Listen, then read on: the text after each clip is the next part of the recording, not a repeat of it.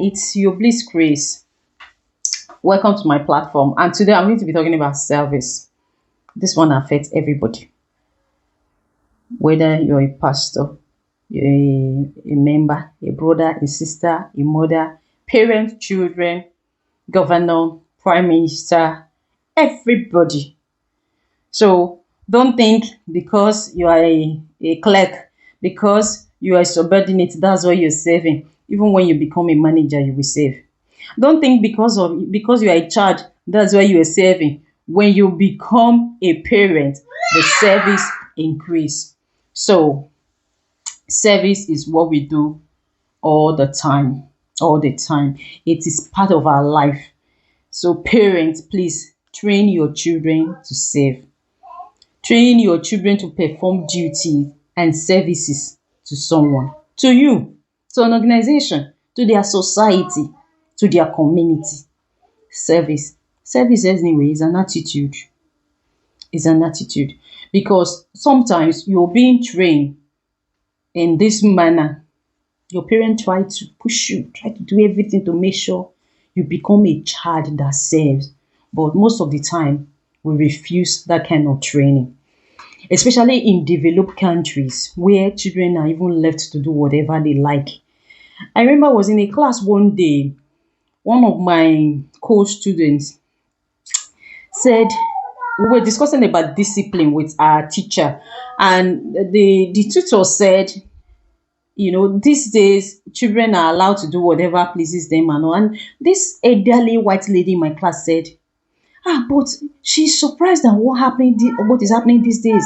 That in her time, when she was growing up as a child, that her parents disciplined her, that they were being disciplined. But these days, the way the whole thing is just going, and you know what?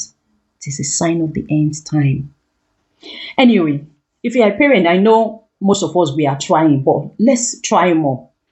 Don't feel your child cannot do something properly, and you just say, okay, and I will do it myself. If I ask him to come and do it now, if I ask her to come and do it now, she won't do it well. Right now, no, if he doesn't do it well, tell him to do it again.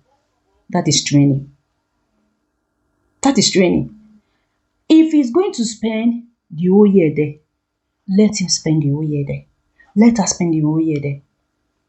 And if I want him to do it now, he will stay here forever today. He will not finish. Allow him stay there forever. Allow him. If he stay there forever today. I remember the country where I'm coming from, where I was born. When your parent asks you to do something at home in the morning before you go to school, and you don't finish on time, you are going to go late. And when you get to school, you know what you are meeting at school. You will be well disciplined. And if you keep doing that, they keep disciplining you, nobody will tell you to learn. But in the developed country, most of the time, when you come late to school, once, twice or so, they start calling for your parents. What's going on? How can we help this child? In my country, before they call parents, they must have dealt with the child and find out that this thing is not going. Anyway, it depends on, with private schools here and there these days, modern schools, I know discipline is becoming really, really difficult also in school, helping parents to train children. Because in those days, school, in conjunction with parents, train children. But these days, most of the time, school just do the academics one and leave the training to the child in most cases. So, service is your identity. And we all serve. Even Jesus himself was serving. Where he was washing his disciples' feet. And he said, you call me Lord and Master. This is what I do to you. He said, do same to others. So he demonstrated humility and selflessness there. That is what we should be doing.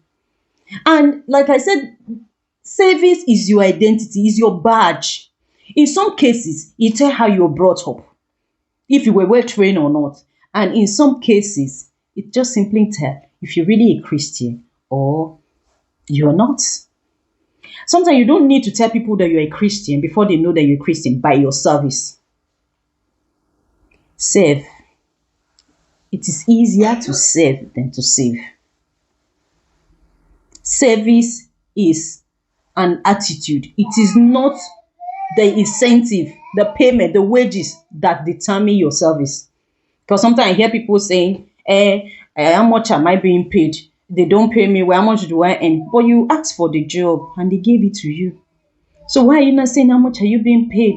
And you can't, it's not the money. Even if you're paying million, you can't pay me for my services. No matter what you pay, my reward is in heaven. And do you know another thing that follows? The many prayers. God bless you. God will do this for you. God will do that for you. You know, you don't get much of that God bless you in UK anymore, because they will say, oh, you're so kind. You, that's so lovely. So nice of you. Those are the things you get. Anyway, I was serving somebody one day in the office, and when I finished, the person looked at me and said, you're a diamond. And he looked into my eyes and said, I bet you're well trained. Service is your identity. I've worked in a place where, well, at work, you see people sit down and the person they are meant to serve will come. Some will be waiting. Sometimes some will even walk down to meet this person and say, please. The next say, I don't you see us discussing? Was that part of the role when you were employed? This is the person you were employed to serve. This is the person you were employed to do work. Sometimes they don't appear to you physical. But however, even when papers are being passed to you, how diligent, how quick, how fast do you treat these things? These are people's life.